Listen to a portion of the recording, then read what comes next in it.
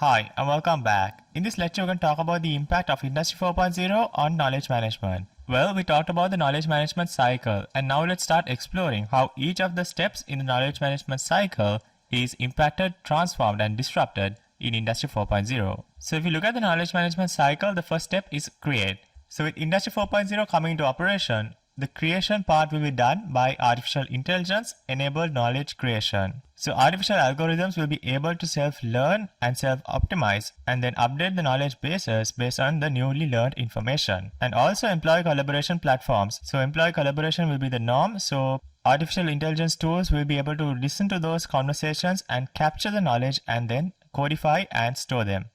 Then we have things like knowledge bases. So knowledge bases are basically like articles and wikis where people get together and write it in a collaborative manner. So rather than knowledge bases being updated by a team or an employee, we will be seeing organization-wide collaboration of updating the knowledge bases. And also, if you look at products and services, communities of users would get together and sort of share each other's problems and how they manage to sort out the issues. So it's basically like a community sense where people helping each other within the community. And then also we're going to see RPA enabled knowledge creation or robotic process automation enabled knowledge creation. So robotic process automation will take over a lot of tasks in the HR industry, and we will be seeing robotic process automation or RPA participating in knowledge creation activities.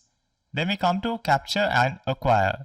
So RPA enabled knowledge capture. So not only RPA will create knowledge, but will also capture that knowledge and store that knowledge in knowledge bases for future reference and future applications. So for example, if an RPA agent carried out a business process and it got stuck, it will update the knowledge base saying this method is not working, and then it will figure out the workaround solution and then update the knowledge base accordingly. Then we have step 3, which is AI enabled data and information organization. So artificial intelligence will be the backbone of any organization. And then it will do things like organizing, indexing, finding keywords, and then connecting them, trying to understand the meaning of it, and also different perspectives and many other more factors when it comes to organizing the knowledge management or knowledge bases.